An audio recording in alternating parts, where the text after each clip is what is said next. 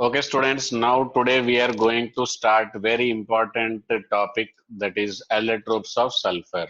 Okay, so different kind of books will give you different information.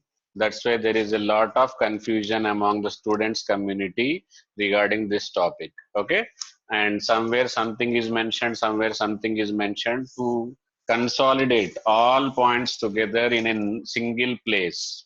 This is the class which is going to be helpful to you. Why it is different? Because it is a consolidation of the lot of information you get from the different varieties of books and different websites. Okay, and I am going to give you the important information for competition as well as for the board examinations. Okay, so let us take, these are the maximum number of allotropes of sulfur. Okay, for easiness and for easy to remember, I have divided the allotropes of sulfur into two different forms. How many forms? Two different forms I have divided: crystalline forms and amorphous forms. Okay, in some books this is not mentioned. Okay, it does not mean that this is not there in syllabus. It is there in syllabus, especially if you are aspiring for IIT, if you wanted a IITian tag, if you wanted to be a doctor in AIMS, then this sulfur is going to complete your dream. Okay, so dream making come true by the Engel sulfur. Okay, so but if you are limited your knowledge to only for the board level, then you should start cut off your knowledge after beta monoclinic sulfur. Understood? So there are total, as a total, there will be 5 allotropes of sulfur. How many allotropes of sulfur? 5 allotropes of sulfur. Okay.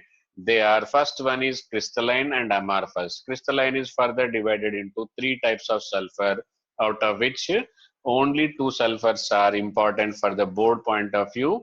Even for simple exams like MSET also no problem. Up to here you study MSET and state board engineering examinations, you can crack up to the information up to here. But if you wanted to be an IITian, if you wanted to be a good doctor from the AIMS, then you have to do some extra efforts, extra information you have to collect. Okay, that extra information is Engel sulfur. Understood? Next, coming to the amorphous sulfur, there are again 2 types: plastic sulfur and colloidal sulfur. Okay, and especially for the medical point of view, especially for the AIMS point of view, especially for the advanced point of view, they use a terminology called as milk of sulfur. What terminology they use? They use a terminology called of milk of sulfur. Both are same only. To give you different information in different places, in different variety, they use different terminology. So don't confuse with the marketing terms. Milk of sulfur, colloidal sulfur, both are same. Colloidal sulfur and milk of sulfur both are same. Amorphous sulfur is plastic sulfur and colloidal sulfur. Only 2 types. Don't go for the extra varieties. Don't get afraid of the new type of varieties. If at all it is discovered, you don't worry, it is not going to be included in the forthcoming 3 to 4 years of examination questions. Okay, and I can assure you that these 5 varieties, if you are pure, if you are perfect, then nobody can stop you cracking questions from this topic specially. Okay, so crystalline allotropes 3 types and amorphous allotropes 3 types. Okay, so these 3 are different in the terms of the atomicity. Okay, these 2 have same atomicity, S8. What is the atomicity? S8. Okay, and their structure also same, puckered ring, but what differs is packing. Packing is different. Okay, so when you study the 12th class in the solid state chapter, in the second year's solid state chapter, there you will study rhombic, monoclinic, octahedral. Likewise, different types of structures are there. There we call it as a Bravis lattice. Okay, alpha, beta, gamma are interplanar angles. ABC are interplanar distances. By the difference values of them, there can be different structures. Okay, so here atomicity wise and one molecule structure is same. What is that? S8 and puckered ring, crown shape. It is also called as a crown shape. Okay, so this everybody knows. As a kid also, I think you must have seen this. Okay, this is the structure. So these both structure is same only, but their packing, what is the difference? there is a difference in packing between the molecules, how they are placed. This is one molecule, there is another molecule around it. The second molecule, where it is placed with respect to this molecule, that molecular spacement is different in the alpha and monoclinic, but atomicity itself is different. Atomicity itself is different in Angel sulfur. It consists only 6 sulfur atom. The molecular formula will contain how many? Only 6 sulfur around it. Understood? So these are the crystalline allotropes. Okay. So amorphous, you don't worry about the structure because they are structureless. Then only they are called as a amorphous. If they are arranged in fixed place, then they will be crystalline and they will be resulting in a fixed structure. So you don't worry about these two. Okay. Now let us concentrate on the specially basic thing. What is that basic thing? Alpha and beta monoclinic sulfur. Is it understood, students? Now I am going to give you highly important information, both for board point of view, both for competition point of view. Okay. Okay, here are the comparative study of the alpha and beta form. Okay, alpha is also called as rhombic sulfur and beta is also called as monoclinic sulfur. Okay, alpha is also called as what? Rhombic sulfur. Okay, and beta is also called as monoclinic sulfur. Monoclinic sulfur. This is the comparative study. Okay, so it is going to, when you complete this topic, we are going to crack the questions both for the board point of view, both for the mains point of view, both for the competition point of view. Okay, so that's why I have given it to you in the tabular form.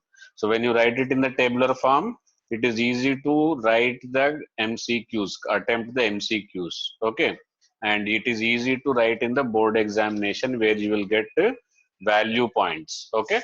So here first optical nature of the alpha rhombic form is translucent. Very important word, translucent. And beta is transparent. That means entire light will be passing through the beta monoclinic sulfur without any loss of light. Transparent. Okay. There will be hazy look. There will be hazy look. It is called as a translucent. Okay. You will be able to see, but not that much perfection will be there in visibility. Understood? Light will be passing through the rhombic sulfur, but that intensity will not be proper. Understood? But color wise, both are yellow color only. Melting point, if you see, melting point of rhombic sulfur is slightly less than the monoclinic sulfur. Rhombic sulfur melting point is 114 degrees Celsius, whereas that of monoclinic sulfur is 119 degrees Celsius. When you compare the densities, it is just quite opposite. Rhombic sulfur melting point is low, but density is higher. Density is 2.08 for the rhombic sulfur and 1.98 for the monoclinic sulfur. Okay, and stability, most important for the competition point of view, stability. Okay, alpha rhombic form is found to be stable at low temperature, that is at room temperature. Whatever the sulfur we are going to see, it is in the form of the rhombic sulfur only. But when it is increased, when temperature is increased, it tries to convert from the alpha form to beta form. At high temperature, you will find beta form. So if you wanted to see both at one temperature, the temperature is none other than 95.5 degrees Celsius. What degree Celsius? 95.5 degrees Celsius is the temperature where you will find both alpha form and beta form together. Okay. Next, solubility. It is insoluble in water, but soluble in organic solvents. It is insoluble in water, but soluble in organic solvent. What are those organic solvents? They are benzene, carbon disulfide, carbon tetrachloride, alcohol, like that. This is insoluble in inorganic solvent, water, but soluble in organic solvent like benzene, carbon disulfide. It is just quite opposite here, beta monoclinic. Okay, it is insoluble in water, but that is soluble in water.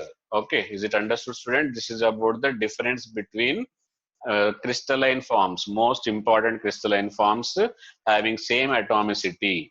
Atomicity of the sulfur in both rhombic and monoclinic form is only 8.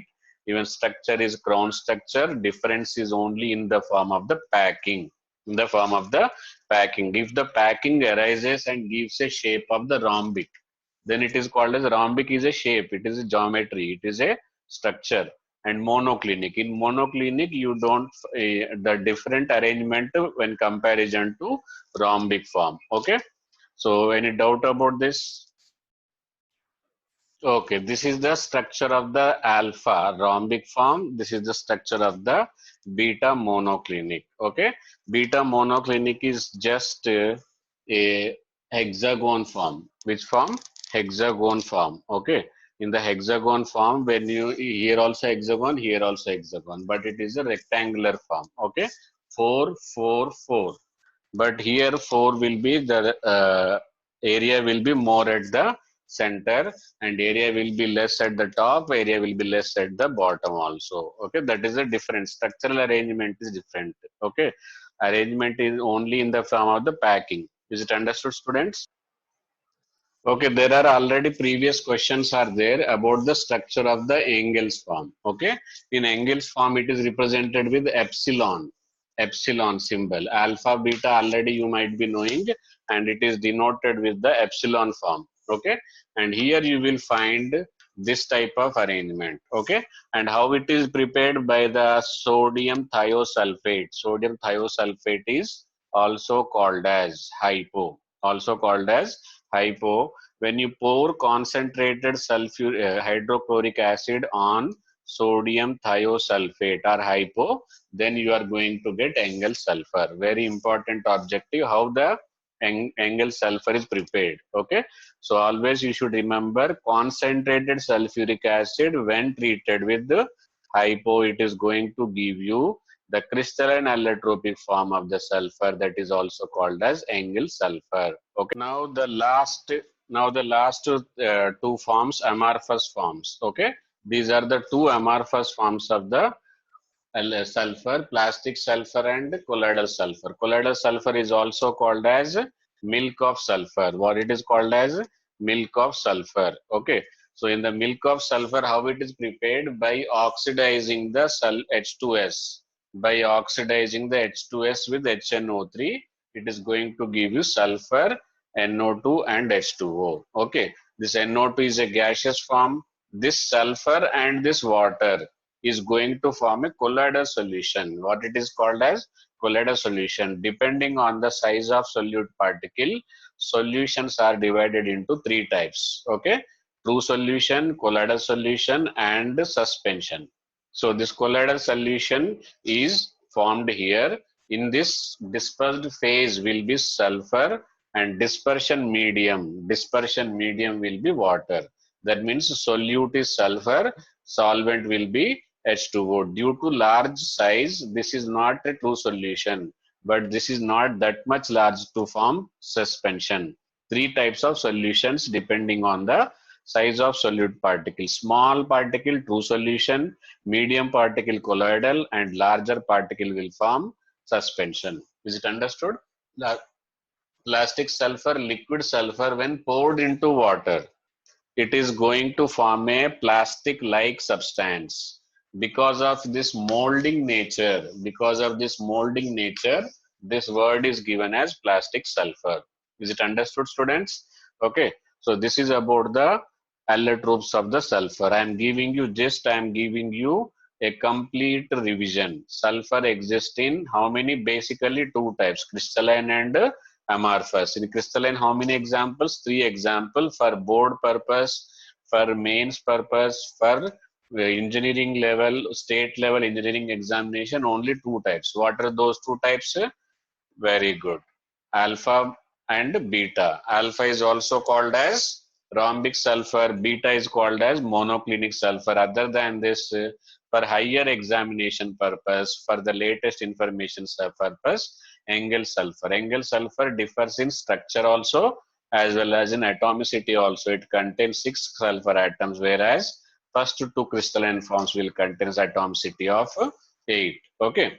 And in amorphous form, plastic sulfur and colloidal sulfur. Colloidal sulfur is also called as milk of sulfur, and plastic sulfur is called as plastic because of its molding nature. Okay. So let us start. Okay, now we are into the next segment, that is oxides of sulfur. Okay, so because of the electronic configuration, it forms two types of oxide. One is called as dioxide, another is called as trioxide. Okay, so already I told you in my previous videos, okay, in previous lectures, that oxides are two types of dioxide and trioxide because of the oxidation number. Sulfur can exhibit -2 to +6. Okay, so but oxidation, negative oxidation state will be shown by oxygen only. So obviously sulfur must and should show positive oxidation state only sulfur. Okay, so if it shows a +4 oxidation state, then it is called as a dioxide. +3 oxidation state, then it is called as a trioxide. Okay, depending on the oxidation state of the sulfur, they are further divided into dioxide and trioxide. Okay, so in sulfur dioxide, there will be, this will be the structure. Okay, this will be the structure. This is also known as bent angular or V shape. Okay, bent angular or which shape? V shape. Okay, so depending on the hybridization, this complete information I am going to give you. And trioxide, most important, structure wise trioxide, properties wise dioxide important. Okay, if you want to learn properties of dioxide. If you want to study structure, then study the structures of the trioxide. Okay, so in sulfur trioxide, okay, sulfur trioxide exists in three different forms. How many forms? Three different forms. In the form of the monomer, in the form of the monomer when it is in gaseous state. Okay, in the form of the monomer when it is in the gaseous state, and in the form of the trimer, in the form of the trimer in solid state. Okay, in solid state only there will be two different types. How many types? Two different types. One is called cyclic trimer. What trimer? Cyclic trimer. First is called as cyclic trimer. Second one is called as linear polymer. Second one is called as what? Linear polymer. Is it understood, students? So the very important structural wise trioxide. Okay.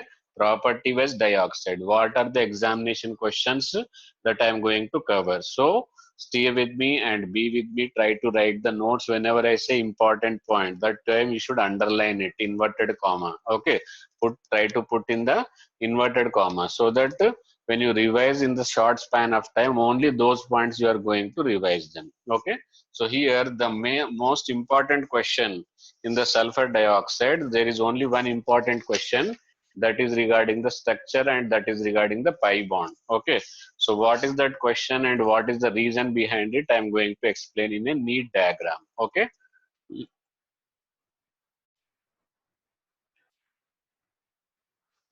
Okay, sulfur dioxide. Understood?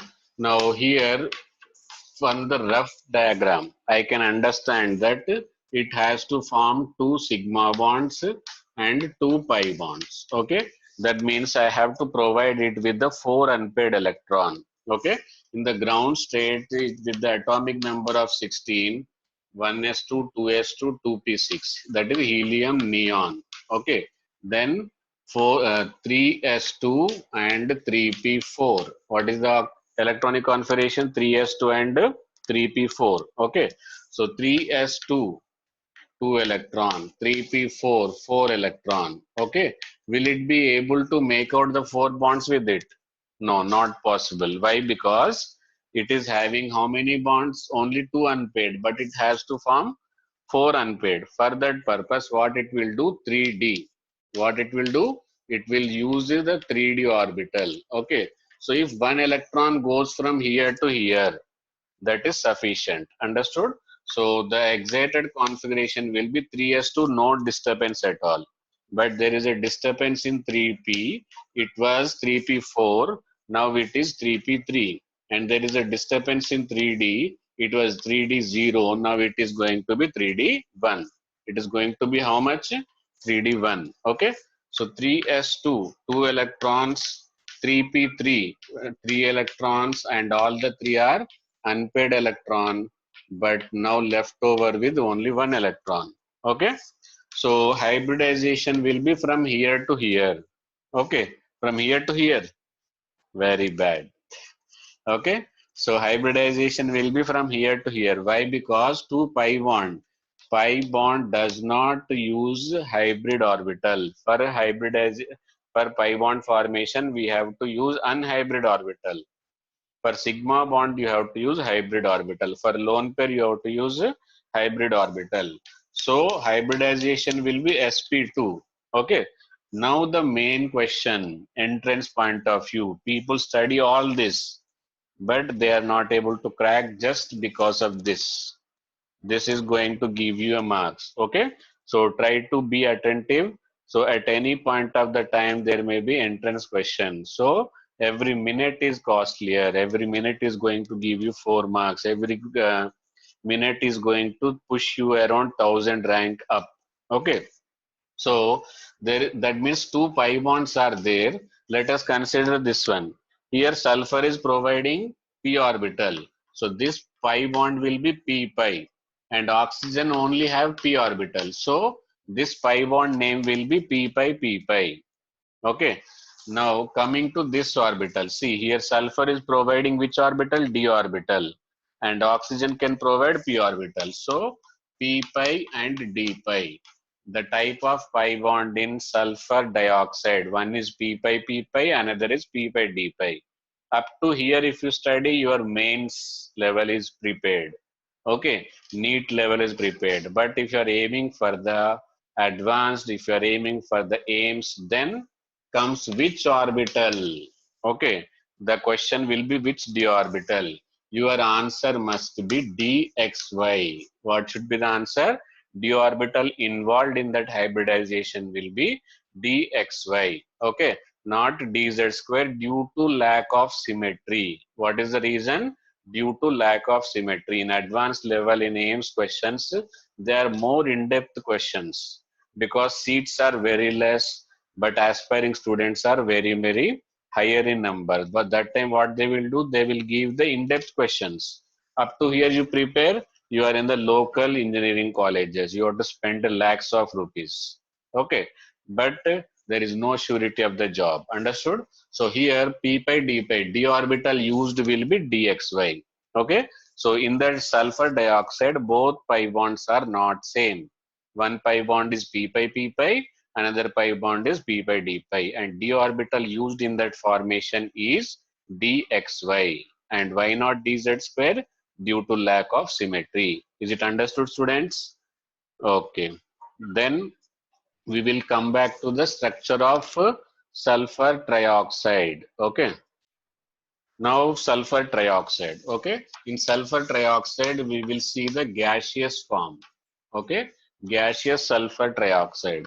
In gaseous sulfur trioxide, it exists as monomer. It exists as monomer. Only one sulfur trioxide will be available at one place. Okay. So this will be the different form.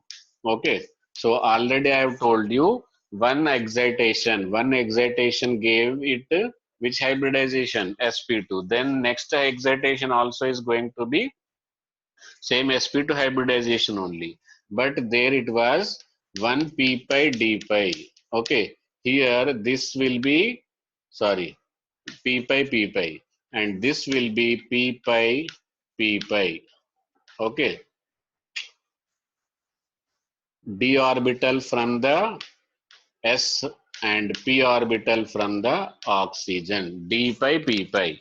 For clarity, I am writing here d orbital is provided by the sulfur, p orbital is provided by the oxygen. Same is case with this bond also, p pi and d pi. Okay, d orbital provided by sulfur, and p orbital provided by oxygen, d orbital provided by sulfur, p orbital by oxygen, d orbital, both p orbitals are provided by sulfur. Okay, so there is no criteria of the lone pair. So it is a perfect shape of triangular planar. What is the shape? Triangular planar. Okay, triangular planar is the shape, and what will be the hybridization? sp2 hybridization. Bond angle is fixed at 120 degree. Bond angle is fixed at 120 degree. Is it understood, students? Any doubt about this? Okay. This is about the gaseous sulfur trioxide. Now let us move to the important, very, very important point. This is a very basic thing. Okay. The structure of the gaseous SO3 is very basic thing. Maximum they can ask type or number of p pi d pi. That is very basic thing. Okay. If you're not knowing it till now, then it is very bad. Okay. Now in solid state, I told you linear polymer as well as cyclic trimer. First, let us see cyclic trimer. How to draw the diagram. That also plays a important role. Now let us form a beautiful hexagon. What hexagon? Beautiful hexagon. Okay. Alternate places occupied by sulfur and oxygen. And combine all of them. Combine all of them. Now it is a hexagon or not? So SO3 whole thrice. SO3 whole thrice. Okay. What is the formula? SO3 whole thrice. That means 3 sulfur are there with you. What are there with you? 3 sulfur are there with you. 9 oxygens are there with you. So we have used 3 sulfur, 3 oxygen. We are left with how many? 6 more oxygens. Okay. So in the 6 more oxygens, each sulfur must be given with 2 oxygens. Then it will be a symmetrical structure. This is the sulfur trioxide trimer, cyclic trimer. Is it understood, students? So each and every sulfur forms total how many bonds? 6 bonds. Okay. Out of 6 bonds, 4 are sigma bond, 2 are pi bonds. 4 are sigma bond and 2 are pi bond. That is about what? Hybridization, and that is about the structure. Okay. What will be the hybridization? Now I think with the help of the sigma and pi bond, I think everybody can make out it. Okay. Now let us to start with the linear. Let us start with the linear. It is very easy part and not much to discuss in that. Okay. So in the linear form, each sulfur above and below the double bond oxygen, and it will keep on moving like this. Okay, this is keep on moving like this. Okay, this is the sulfur trioxide structure in the solid state with linear polymeric structure. Okay, now we are going to start with the very two important properties of sulfur dioxide. I told you structure wise sulfur trioxide is important. Chemical properties wise, there are competition point of view, there are two important properties of sulfur dioxide. Okay, what are those properties that I am going to start now? The very important point is bleaching property. Which property? Bleaching property.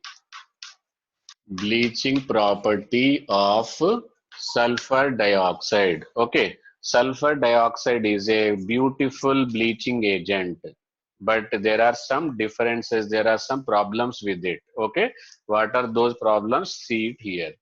It acts as a bleaching agent only in presence of moisture.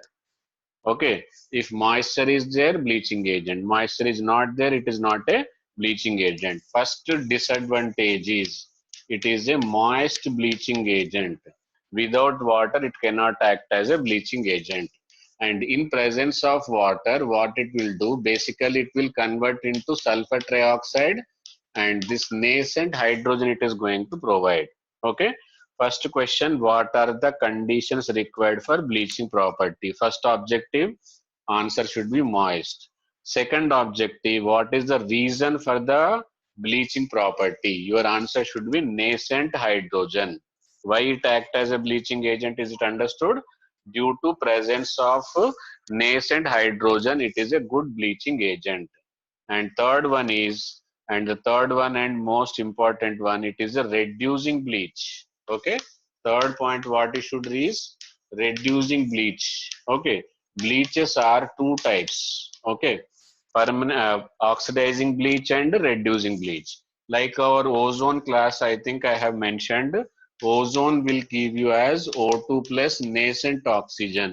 Okay, so when you compare these two things, it is perfectly 180-degree out of phase. It is completely opposite. First thing is it is oxidizing bleach, and here it is reducing bleach. And here no water required. It is a dry bleach, and it is a moist bleach. And it is a permanent bleach. It is a temporary bleach. Okay. So differences, I think now it is clear to you. Whenever it is a reduced bleach, it is a temporary. For few seconds only, the color will be erased. Bleaching means removal of the color, converting a colored matter to colorless matter. Okay, so reducing bleach and temporary bleach. Sulfur dioxide is a moist, reducing and temporary bleach. Is it understood, students? That is the one of the important property of sulfur dioxide. Okay. Okay, coming to the next property, as I told you, there is sulfur dioxide can act as a both oxidizing agent and reducing agent. The question will be why it is oxidizing agent and why it is a reducing agent. Okay, see here its oxidation number of the sulfur is plus 4. What is oxidation number? Plus 4. Okay, and it can increase up to plus 6 or not. So once it is undergoing oxidation, it will be acting as a reducing agent.